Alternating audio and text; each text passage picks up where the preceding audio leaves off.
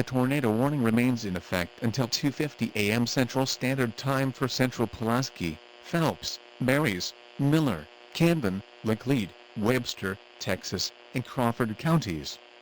At 1:53 a.m., a confirmed large and destructive tornado was located over St. Anthony, or near Newcock, moving south at 18 miles per hour.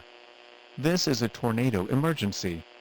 Locations impacted include Hancock, Dixon, Iberia, Devil's Elbow, Powellville, St. Robert, Fort Leonard Wood, Spring Creek, and Big Piney. Hazard: destructive tornado.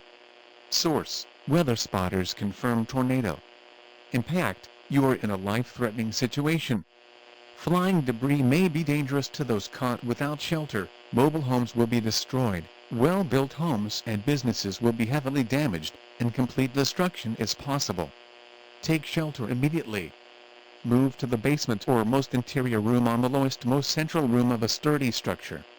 Avoid windows. If you are outdoors, in a mobile home, or in a vehicle, move to the closest substantial shelter, and protect yourself from flying debris.